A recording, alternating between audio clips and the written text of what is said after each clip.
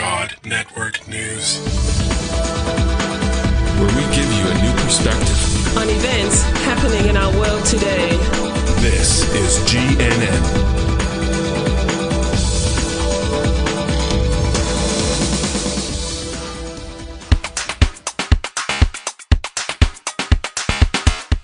God Network News, Episode 14.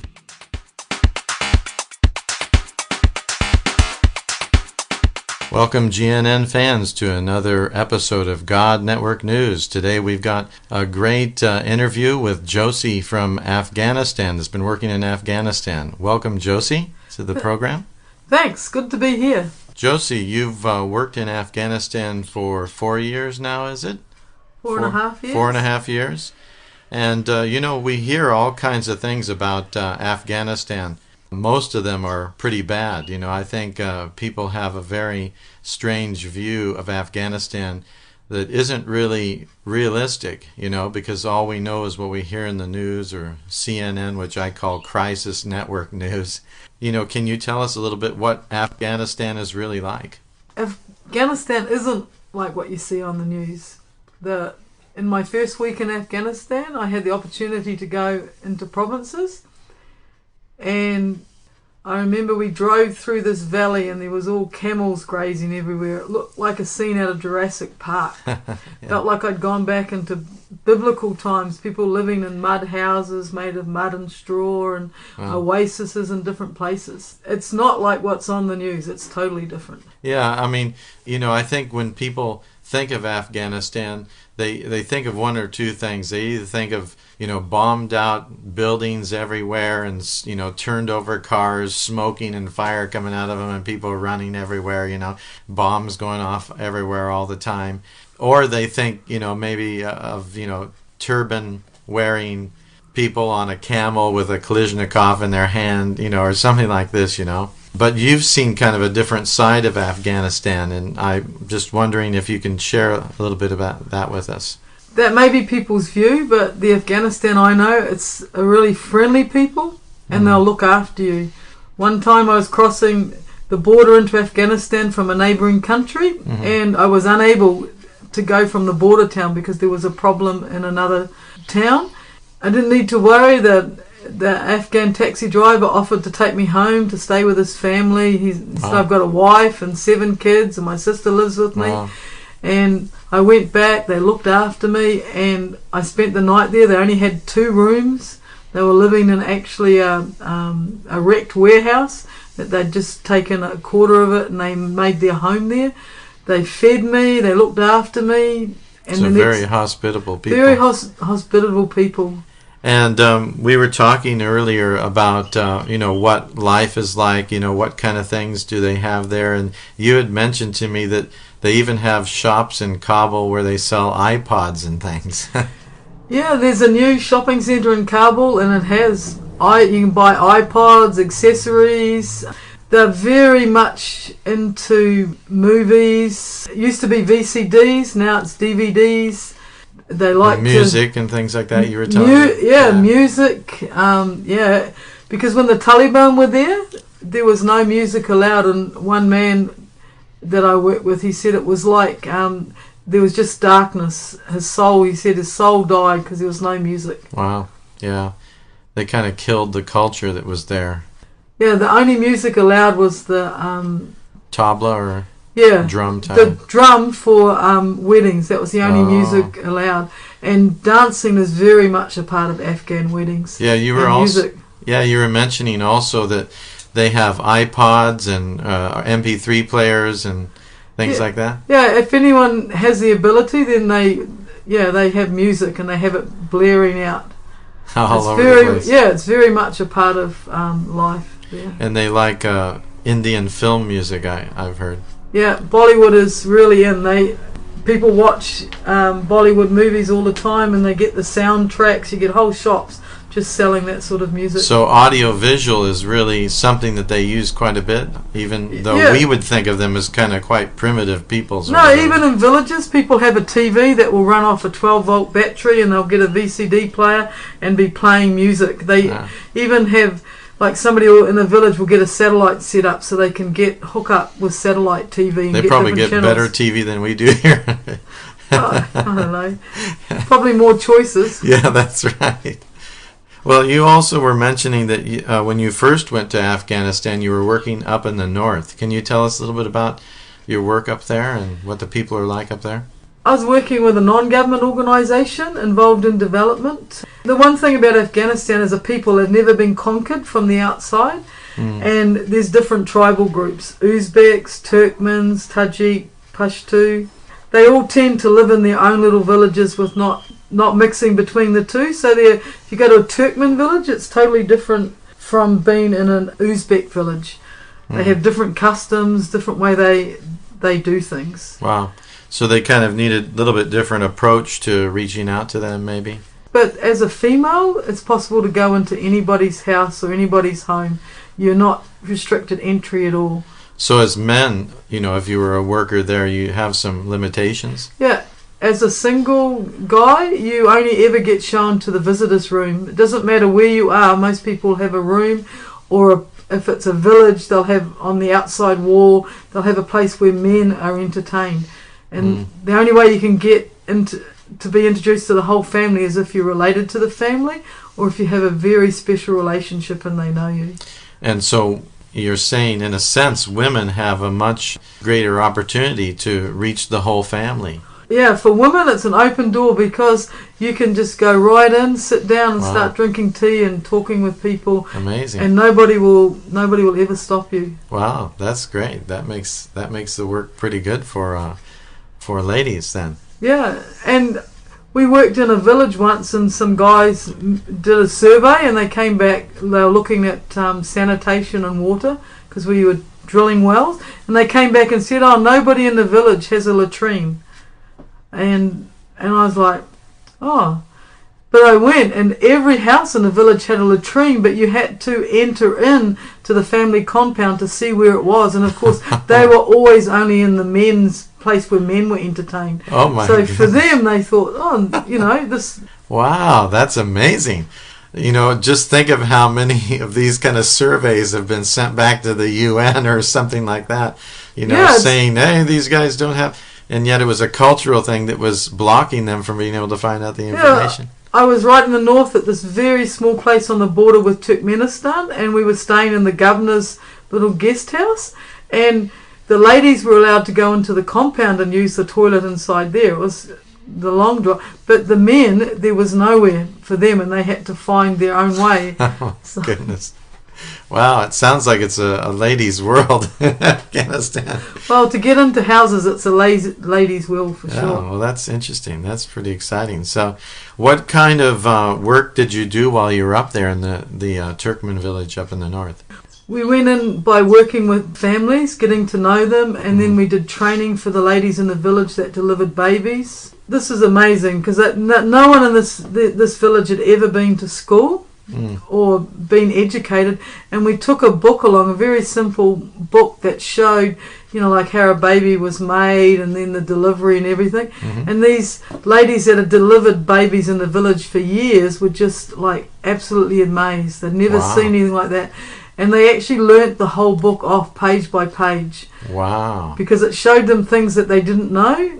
Yeah, one of the things we did was give them hygiene kits so that when the woman had a delivery, she would have, a clean razor blade, cord to cut the cord, soap to wash the hands. And it was great to go back and see them using those things when there was a newborn. Wow, that's great. Now, just for our audience here, our listeners, your main purpose, for going to Afghanistan really is to share the love of Jesus, but also to meet the needs of people. I remember talking to you, and you had mentioned that most of the time you don't have to actually preach the gospel to someone or lead them to the Lord or whatever. They come to you and ask you. Can you mention a little bit about that, or maybe give an example? Yeah, someone that we're working with, one of our employees. Because everything we do, we relate back to the Bible, what we do. So we don't swear at our employers. We care for them because we want to just serve them as Jesus would have served them. And they've come back and asked, this is not the same for our friends working for these other organisations. Why are you different? And it's given opportunity to share what we believe in. Yeah. And along with that, we had a lady that worked with us, and we showed the Jesus film, and she's with us for a while, and she was involved in just everyday life. It comes up things. Okay, why do we do this? Because it's in the Bible, or we do this because we care for people. We don't bribe people because that's not a good way to go. And this lady, we gave her a Bible, and she read it, and she came and asked. She said, "Okay, now she said, I'm a believer, and I've been a believer ever since I saw that movie." She said, "But now I want to be baptized because I've read in the New Testament about people being baptized." Wow, that's neat. So they actually come to you, because sometimes missionaries or Christian workers are in situations where they can't actually be really overt in terms of proselytizing or, leading someone to Christ or whatever. And so this is kind of an example of you just living out your Christian walk, and people coming to you and say, "Hey, what you've got, we want." And there's even opportunities with dealing with government officials or other organisations when they ask us why you do something. We say, well, we do it this because we're believers and we follow the Bible, and this is the way that it would be done. Especially when it comes to paying bribes or just doing things in the right way and the way we treat people. We base it all on the Bible, and it's okay to say that. I've said that. I've had officials ask me, well, why are you doing this? Well, because I'm a believer and I follow what's in the book. That's good. Yeah, and they respect that. And they respect that, and they don't have a problem with that. That's amazing. That's really exciting. Now, you also mentioned to me that you went back to Kabul, and while you were in Kabul, something happened that was pretty life-changing for you in a sense.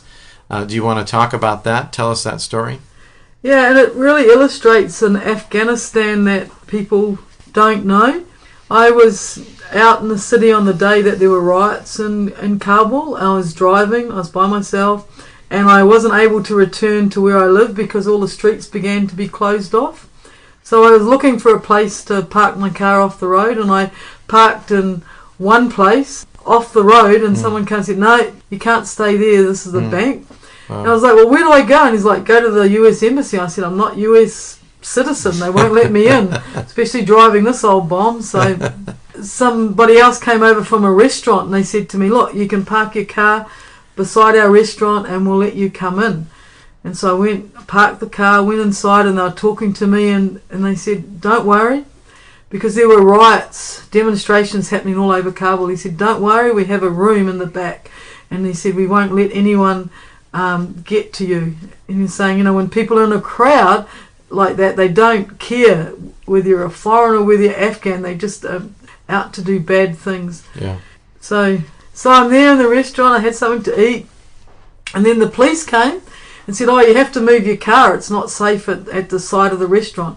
So I went out and I moved it to the back of the restaurant, and I came back in, and as I was going back in, they're locking up the restaurant with chains. So I get back, and I was sitting in there, and the guy's like, "Okay, you can stay here now, but you might have to shift into this very back room." So we're there for a while, and then he said, "Okay, now you have to go in the back room because they're coming." Demonstrations were caused because there'd been a motor accident and some people were killed. Yeah, they just went all over the city. And so I went into the very back room, and he's talking to me, and he's saying, "We don't want this in Afghanistan, what's happening, these people, we just want to do business." He's got a restaurant. But he said, "Don't worry, we'll look after you." And then we started to hear noise, and he's like, "Oh, they're coming." So there's not much electricity in Kabul, so he turned off the gas light, and I could hear the sounds of a crowd coming. It got noisier and noisier. So I was sitting on a chair, and I crawled all my way back to the end of the room and crouching on the floor in the dark. And it was very, very noisy. And then... So they had actually those kind of protective shutter metal doors that they had pulled down, or they just locked it with a chain. They just locked it all up. Yeah, and I'd gone... This room they were talking about was a place where you could dine privately. It's an Afghan thing. You have family rooms. Oh, I see. It was right out the back, and so it was like in the dark because you couldn't see anything. So I was on the floor, and then I heard they started to break down the door, and all I could hear was the sound of, like boom, boom, and all this noise, and I was like, if they get in here, I would be like a rat cornered, nowhere to go. Yeah. And then it went on for about 10 minutes, and then there was all this gunshot, and it just went quiet. Oh, really? Gunshots? Yeah, like they machine fired. gun. The Afghan National Army came and just fired on everybody Whoa. to get rid of them and disperse the crowd. And then they went away. And then they went away. Oh, my. That's a pretty scary situation. Yeah, so I've been around for a long time. That's the scariest I felt, because there was nowhere to go. That was the last room, and there wasn't a back door or anywhere to escape out of. So if they'd broken in, that would have been bad. That would have been bad, Yeah. because they were looking for foreigners to kill. Because it was the Americans, I guess, some soldiers that had run over someone or something like that. Yeah, and a they truck were kind that of ran over. exacting revenge. Yeah. And the way the convoys drive in Kabul, you have to get out of their way. Yeah. They just take the middle of the road, and they don't care about anybody. Yeah, it's a bad situation. But even in that situation, the Afghans like, don't worry, I'll look after you. You're a guest in my country. I'll protect you. And so even though it was a bad thing happening, the normal Afghan was out to look after you. Yeah, that's great. That's really unconditional love there, isn't it? Well, you're going to be returning to Afghanistan, and I know you shared with me you have a real heart to reach the women there. Sounds like female missionaries are the most effective in Afghanistan, for what you've been sharing. You had mentioned some things that you want to do, some ideas you have. Can you share those with us? I believe if you educate a woman, you educate a family, and you can influence a nation. And being female, I have ready access to families. So I want to start up a creative enterprise where I'd go into villages, take pictures of families, because they love to have pictures, but there's no way they can get copies, and do it within family groups, take pictures and then sell them the pictures, and that will give me an in to the families, and then introduce other media things, healthcare teachings, biblical teachings on DVDs or VCDs, so they can watch them in their home, and they're open for the whole audio-visual experience. So that's kind of a tool, the audio-visual, the media is sort of a vehicle that you're feeling like, is something could be really used as a tool to reach out to Afghans. They can get the Word of God and principles through those tools. Most of them are illiterate, so to bring them up to a place in literacy where they could actually read the Bible or read stories is going to take a couple of generations. Yeah. But this go right in. They all listen to the radio, the BBC and the news channels. That's how they get their information. So if we can give them the right information, because most of them only know what they're told. They believe the BBC. Wow, really? They listen to the broadcasts in a different language. Because they listen to the BBC, and it's like they consider it to be the truth. So if we can have other things that they listen to, so they can learn, because they just don't have any opportunity to learn.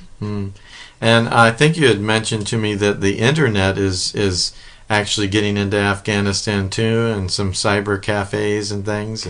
Yeah, obviously in Kabul there's lots of internet cafes and in other places, but in the rural remote places they don't have access to that, but they want to have access. They want to be able to communicate with their family outside in other countries. Wow.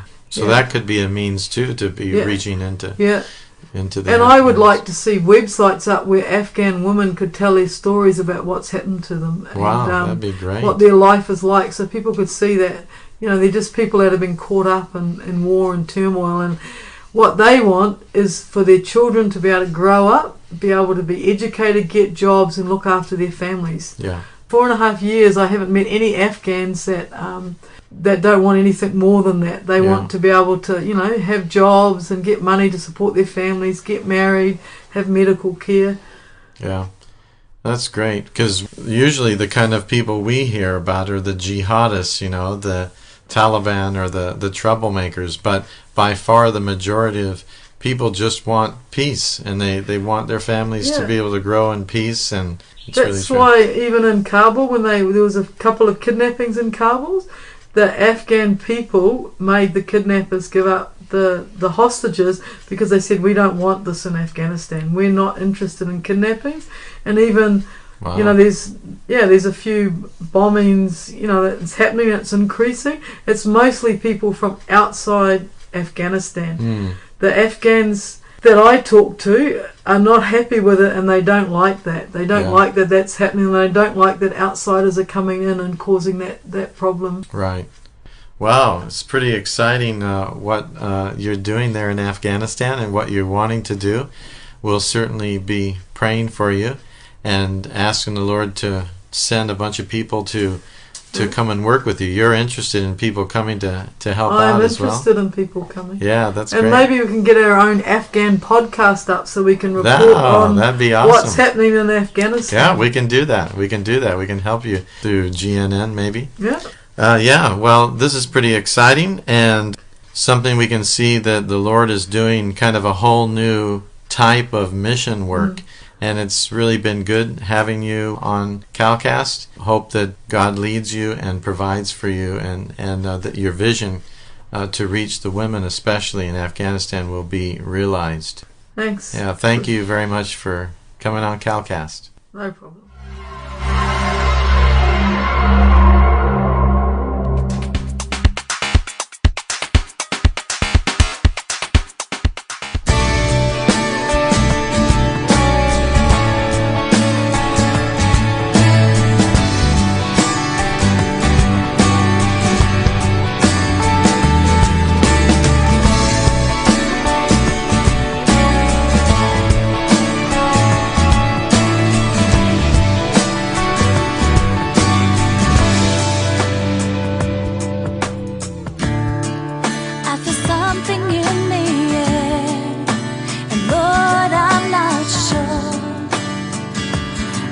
You're doing